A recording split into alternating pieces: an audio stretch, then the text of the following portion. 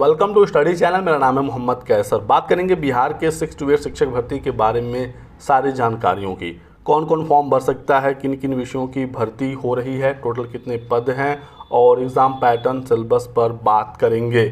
ठीक है, passing number और कट ऑफ सेफ स्कोर पर भी डिस्कशन होगा, तो लास्ट तक बने रहिएगा, कहीं पर भी वीडियो को छोड़कर मत जाइएगा। ठीक है, सारी जानकारी आपको मिल जाएगी, सैलरी वगैरह सब कुछ मैं बताऊँगा, तो बने रहिए।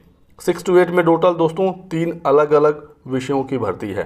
पहला है गणित एवं विज्ञान का, दूसरा है सामाजिक विज्ञान का और तीसरा है भाषा का। ठीक है, तीनों मिलाकर टोटल जो पदों की संख्या है वो 31,982 है। ठीक है, अभी अलग अलग विषयों के पदों की संख्या के बारे में जानकारी नहीं है, लेकिन टोटल का जानकारी है 31,982। ये क्लियर हो गया।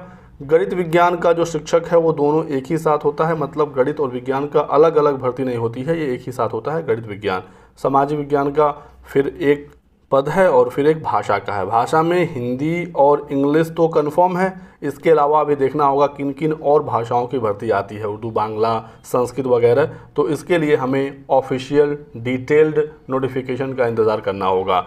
जितनी जानकारी कंफर्म हो चुकी है वो मैं आपको सब बताऊंगा, जो अभी नहीं पता है वो अब ऑफिशियल नोटिफिकेशन के साथ क्लियर होगा, जो कि बहुत ही जल्द जारी होने जा रहा है। तो इसको लेकर आप टेंशन मत लीजिएगा। 20 सितंबर 2023 की नियमावली के आधार पर इस भर्ती को कराया जाएगा, लेकिन इसमें अभी कुछ चीज़ें हैं जो स्पष्ट नहीं हैं। 6 to 8 में ये 3 प्रकार के पद होंगे, ये तो इसमें बताया गया है, लेकिन जो योग्यता है वो अभी डिटेल में नहीं आया है। जब नोटिफिकेशन जारी होगा तो ही और चीज़ें क्लियर हो पाएंगी। जो नियमावली है वो आरटी एक्ट के आधार पर तैयार किया गया है, जो वहाँ पर चीज़ें हैं वही यहाँ पर सीधे सीधे बताया गया है। इसके अलावा बिहार सरकार इसमें क्या अपने हिसाब से ऐड करती है वो तो नोटिफिकेशन में पता चलेगा, क्योंकि शिक्षा आपको पता ही है समवर्ती सूची में है। केंद्र सरकार के साथ राज्य सरकार भी अपना इसमें नियमावली बना सकती है। ठीक है, तो सबसे पहले इसमें बताया गया है कि भारत का नागरिक कोई भी है वो यहाँ पर आवेदन कर सकता है। तो बिहार का निवासी होना अनिवार्य नहीं है, तो आप बिहार के हों या अदर स्टेट के हों आप फॉर्म भर सकते हैं। आप अनारक्षित सीटों पर फाइट कर सकते हैं। बिहार में 50% महिलाओं का आरक्षण होता है, आपने प्राइमरी वाली भर्ती में देखा ही। तो अदर स्टेट की महिलाएँ भी इसमें आरक्षण प्राप्त कर सकेंगी अनारक्षित सीटों पर। अनारक्षित में भी 50% महिला का फिक्स है, तो उसमें अदर स्टेट की महिलाओं को भी मौका मिल रहा है। बिहार की जो सामान्य वर्ग की महिला है उसी के साथ अदर स्टेट की सभी महिलाएं फाइट करेंगी। ऐसे में अदर स्टेट की महिलाओं को भी 82 नंबर ही सीटेट में लाना होगा। इस बात का आपको ध्यान रखना है कि बिहार में पुरुषों के लिए जो सामान्य वर्ग के पुरुष हैं उनको 90 नंबर लाना होता है सीटेट में। 6 to 8 की भर्ती है तो सीटेट पेपर 2 मांगा जाएगा।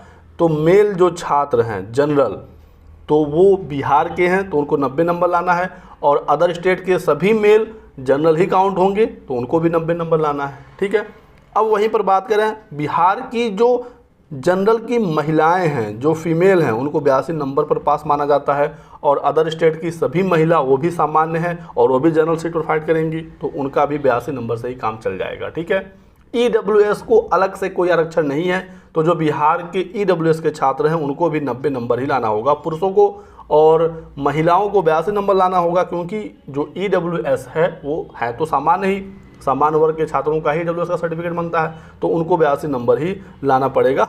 हालांकि शिक्षक भर्ती में आरक्षण है, आपको 10% का रिजर्वेशन यहाँ मिलेगा, लेकिन सीटेट में कोई छूट नहीं है। CBSE भी नहीं देता है, यहाँ पर भी नहीं मिलता है।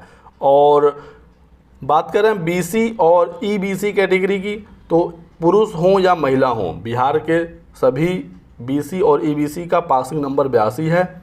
इसके अलावा SC, ST और PH, ठीक है, इनका 75 नंबर पर ही काम चल जाएगा। बिहार में स्पेशल छूट है, सीटेट मार्क्स में बिहार सरकार ने दिया हुआ है, तो 75 नंबर पर ही ये छात्र पास हो जाएंगे। हालांकि CBSE ने फेल मानेगा, इनका सर्टिफिकेट भी जारी नहीं होगा, लेकिन बिहार में ये एलिजिबल हैं, तो ये आप समझिएगा। यही बात कर लेते हैं सीटेट अपीयरिंग को लेकर। काफ़ी छात्र ये पूछ रहे हैं कि सीटेट अपीयरिंग को मौका मिलेगा या नहीं।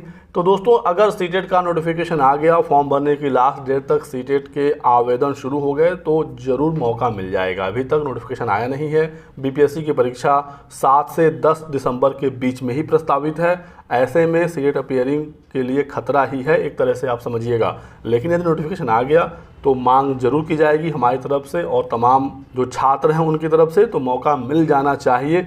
लेकिन शर्त ये है कि कम से कम सीटेट का नोटिफिकेशन तो आ जाए। ठीक है, तो ये चीज़ आप समझते रहिएगा।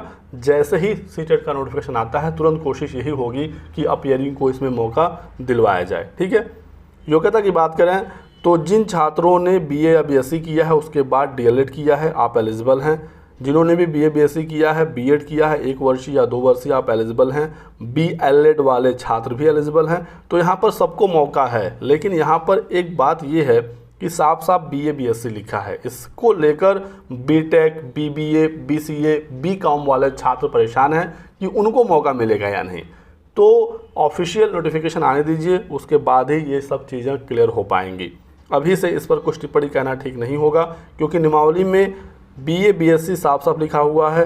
ऐसे में बीकॉम के छात्र, बीटेक के छात्र, तमाम बीबीए बीसीए वाले छात्र परेशान हैं। ठीक है, तो मौका मिल सकता है, नोटिफिकेशन आने के बाद चीज़ें और क्लियर हो जाएंगी। एक एक विषय की योग्यता के बारे में बात करें तो गणित विज्ञान के संबंध में ये है कि आपका जो बीएससी है वो गणित विज्ञान फील्ड से होना चाहिए, यानी कि फिजिक्स, केमिस्ट्री, मैथ और बायोलॉजी, इन 4 विषयों में से कोई भी 2 विषय आपने पढ़ा हो बीएससी में। ठीक है, 1 साल पढ़ा हो, 2 साल पढ़ा हो, काम चल जाएगा। इन 4 में से 2 आपने पढ़ा हो।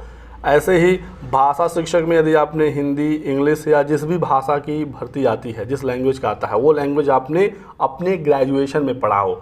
ध्यान रखना है, ग्रेजुएशन में बोल रहा हूँ, ग्रेजुएशन में ही आपका ये सब्जेक्ट पढ़ा होना चाहिए। इसके अलावा आपकी जो एलिजिबिलिटी है वो कहीं और पर नहीं देखी जाएगी कि आपने 10th में क्या पढ़ा है, 12th में क्या पढ़ा है, या सीटेट में क्या आपने पढ़ा था, या फिर डीएलएड या बीएड। ठीक है, इन सब में कहीं भी आपका सब्जेक्ट कॉम्बिनेशन 6 to 8 में नहीं देखा जाता है। काफ़ी छात्र पूछ रहे हैं क्या डीएलएड या बीएड का भी सब्जेक्ट देखा जाएगा, तो ऐसा नहीं है, बिल्कुल क्लियर है। आपका ग्रेजुएशन ही देखा जाएगा। यदि आपने 1 साल 2 साल भी पढ़ा है तो भी आप एलिजिबल हैं। ये कोई टीजीटी पीजीटी की भर्ती नहीं है कि 2 साल 3 साल तक का आपका कॉम्बिनेशन मांगेगा। ये 6 to 8 की भर्ती है। ठीक है, ऐसे ही सामाजिक अध्ययन में आपको पता ही है कि हिस्ट्री, पॉलिटी, ज्योग्राफी, इकोनॉमिक्स जैसे कुछ सब्जेक्ट होते हैं सस्ती वाले, इनमें से कोई भी 2 विषय आपने पढ़ा है अपने बीए में तो आप एलिजिबल हैं। अब वही बात है कि बीए बीएससी को मौका तो है, लेकिन बीकॉम, बीबीए, बीटेक और बीसीए वाले कहाँ जाएंगे, किस पद पर वो अप्लाई कर पाएंगे, ये बड़ा सवाल है। बीकॉम वालों को अगर मौका मिलता है तो सामाजिक अध्ययन में मिलेगा। बीटेक वाले गणित विज्ञान में फ़ाइट कर सकते हैं, लेकिन अभी चीज़ें स्पष्ट नहीं हैं, मौका ज़रूर मिलना चाहिए। ठीक है, जो भी अपडेट होगी मैं आपको बताऊंगा। 6 to 8 का आपके पास टेट होना चाहिए, या तो बिहार सरकार का बीटेट का पेपर 2 या केंद्र सरकार का सीटेट का पेपर 2। ठीक है, तो बिहार सरकार फिलहाल बीटेट तो करा नहीं रही है। यदि आप पहले के पास हैं तो आप एलिजिबल हैं, और यदि सीटेट आप पास हैं तो आप एलिजिबल हैं ही हैं। अगला सीटेट यदि होता है, जल्दी नोटिफिकेशन आ जाता है, तो अपीयरिंग को भी मौका मिल जाएगा। ठीक है, विशेष शिक्षा यदि आपका है बीएड वगैरह में तो भी आप एलिजिबल रहेंगे। 6 माह का आपको ब्रिज कोर्स करना होगा। तो विशेष शिक्षा वाले छात्र एलिजिबल हैं, लेकिन 6 माह का ब्रिज कोर्स करने के बाद ये एलिजिबल होंगे। इतनी बात ना क्लियर हो गई। सैलरी में आपको बता दूं तो 28,000 यहाँ पर बेसिक पे है। 28,000 मूल वेतन है, 25,000 प्राइमरी का है, 28,000 6 to 8 का है, 30,000 माध्यमिक का है, 31,000 उच्च माध्यमिक का है। ठीक, तो 28,000 ये हो गया। और इसमें आपका महंगाई भत्ता, एचआरए, मेडिकल अलाउंस वगैरह सब कुछ जोड़कर आप मानकर चलें कि लगभग 45,000 के आसपास सैलरी आपकी बनेगी। ठीक है, 45 प्लस ही बनेगा, उसके नीचे नहीं बनेगा। चलिए बात करते हैं एग्ज़ाम पैटर्न की। तो एग्ज़ाम पैटर्न के बारे में जो जानकारी निकल कर आई है बीपीएससी की तरफ से जो बताया गया है, उसके आधार पर मैं आपको जानकारी दूंगा, क्योंकि 6 to 8 की भर्ती अभी पहली बार होने जा रही है। प्राइमरी का तो आपको एग्ज़ाम पैटर्न पता है, लेकिन प्राइमरी की अब भर्ती नहीं आ रही है। 9, 10, 11, 12 का आपको पता ही है, तो उन छात्रों को दिक्कत नहीं है। अगली भर्ती में वही सेम एग्ज़ाम पैटर्न सिलेबस होगा। लेकिन 6 to 8 के बारे में क्या बताया गया है मैं आपको जानकारी दे देता हूं। यदि कुछ इसमें इधर उधर होता है तो मैं आपको अपडेट करूंगा। फिलहाल आप इसी को मान कर चलिएगा, इसमें कुछ इधर उधर नहीं होने वाला है। 1-2 पॉइंट यदि कुछ बदला तो मैं आपको बता दूंगा। ठीक है, जो एग्ज़ाम पैटर्न है वो दोस्तों लगभग माध्यमिक उच्च माध्यमिक वाला ही रहेगा। क्या बदलाव है वो आप जान लीजिए। लैंग्वेज का पेपर होगा ही होगा, एक भाषा का पेपर होगा। पिछली बार प्राइमरी में भी हुआ था, माध्यमिक में भी हुआ था, उच्च माध्यमिक में भी हुआ था। इस बार भी सबके लिए ये भाषा वाला पेपर होगा, चाहे वो 6 to 8 हो या माध्यमिक उच्च माध्यमिक हो। ठीक है, तो भाषा का एक पेपर होगा, 2 दिनों में आपका पेपर कराया जाएगा। एक दिन आपका भाषा वाला पेपर होगा और एक दिन आपका मेन पेपर होगा। भाषा वाले पेपर में 100 प्रश्न आएंगे। भाग 1 में 25 सवाल, जिसमें इंग्लिश कंपलसरी है। भाग 2 में 75 सवाल, जिसमें आप हिंदी, उर्दू या बांग्ला तीनों में से किसी भी एक भाषा का चुनाव कर सकते हैं। क्लियर हुआ। तो 25 क्वेश्चन इंग्लिश का कंपलसरी है और सेकेंड में हिंदी, उर्दू या बांग्ला। लगभग स्टूडेंट हिंदी ही सेलेक्ट करते हैं, तो 75 हिंदी मानकर चलें। तो 100 प्रश्न आपसे पूछे जाएंगे। 2 घंटे का समय मिलेगा। 120 मिनट में 100 सवाल आपको हल करने हैं। 100 नंबर का ये पेपर है, यानी ये क्वेश्चन 1 नंबर का है। कोई भी नेगेटिव मार्किंग इस वाले पेपर में नहीं है, कोई भी नेगेटिव मार्किंग भाषा वाले पेपर में नहीं होगा। और इसमें आपको दोस्तों 30 नंबर, कम से कम 30 नंबर लाना होगा, ये अनिवार्य है। इसका जो नंबर है वो मेरिट में नहीं जुड़ता है, बस आपको 30 नंबर 100 में लाना है।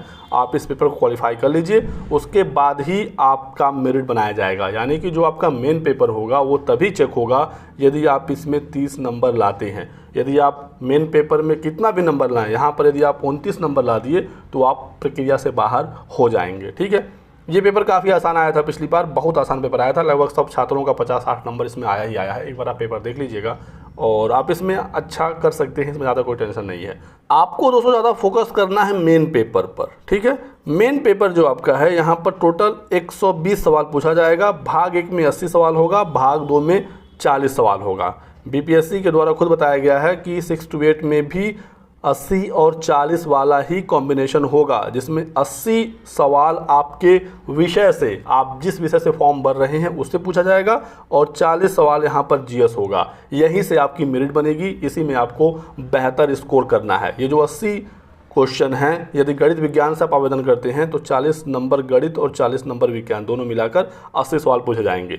यदि आप भाषा से आवेदन करते हैं तो टोटल 80 का 80 सवाल भाषा से ही। यदि हिंदी से आवेदन करते हैं तो टोटल हिंदी से ही 80 सवाल, इंग्लिश है तो इंग्लिश से ही टोटल 80 सवाल, या जिस भी भाषा की भर्ती आती है उसमें 80 सवाल ही पूछा जाएगा। और सामाजिक अध्ययन में ऐसे ही 80 सवाल सामाजिक अध्ययन वाले विषयों से पूछा जाएगा। ठीक है, ये क्लियर हो गया। और ये जो 40 सवाल हैं इसके बारे में आपको बता दूं तो यहाँ पर दोस्तों साफ साफ बताया गया है कि प्राथमिक गणित, सामान्य जागरूकता, सामान्य विज्ञान, भारतीय राष्ट्रीय आंदोलन और भूगोल, ठीक है, ये कुछ विषय हैं, इनसे मिलाकर 40 सवाल पूछे जाएंगे। क्लियर है? तो मैथ भी आएगा, रीजनिंग भी आ सकता है कुछ सवाल, सामान्य जागरूकता इसमें आपका जीके, करंट अफेयर, साइंस आएगा और भारतीय राष्ट्रीय आंदोलन, ज्योग्राफी आपको अच्छे से पढ़ना है। ये सब मिलाकर आएंगे 40 नंबर के सवाल। इस प्रकार से आपका टोटल 120 नंबर ये बनेगा। इस पेपर में एक मिनिमम क्वालिफाइंग नंबर भी होता है, हालांकि इस पर चयन तो नहीं होगा क्योंकि कट ऑफ इससे ऊपर जाएगा, लेकिन एक मिनिमम क्वालिफाइंग नंबर है, उतना आपको लाना ही है। इससे कम यदि आप लाते हैं तो सीटें खाली रह जाएंगी लेकिन नौकरी नहीं मिलेगी। पिछली बार तो कुछ विषयों में कुछ माध्यमिक कट ऑफ को डाउन किया गया क्योंकि छात्र कम थे, इस बार ऐसी स्थिति नहीं होगी।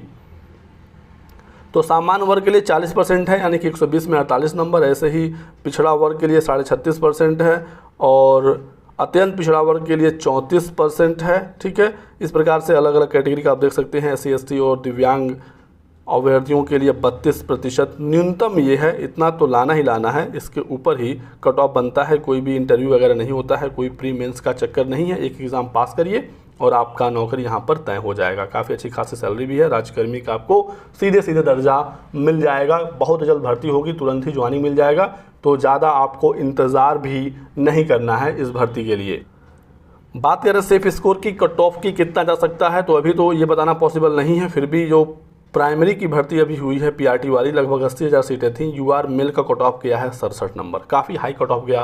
पेपर काफ़ी अच्छा आया था, उच्च स्तर का था, 5 ऑप्शन थे, उसके बावजूद UR मिल का कट ऑफ 67 नंबर चला गया, सिर्फ DLED छात्रों को रहते हुए।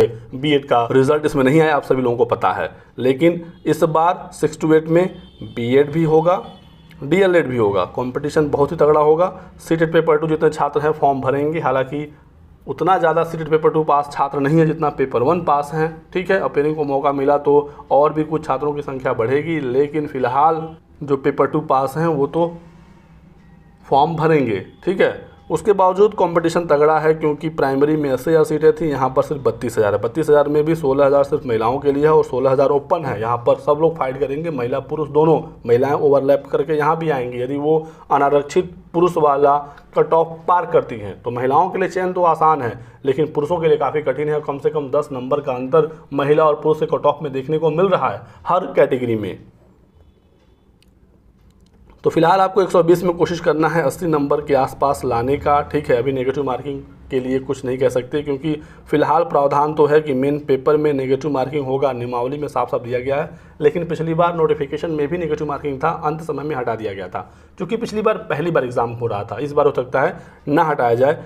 तो फिलहाल आपको सारी चीज़ें छोड़कर फोकस करना है 80 के आसपास नंबर लाने का, जो मेल यूआर हैं, और फीमेल कम से कम 70 नंबर, 10 नंबर का अंतर हम भी यहाँ पर रख रहे हैं।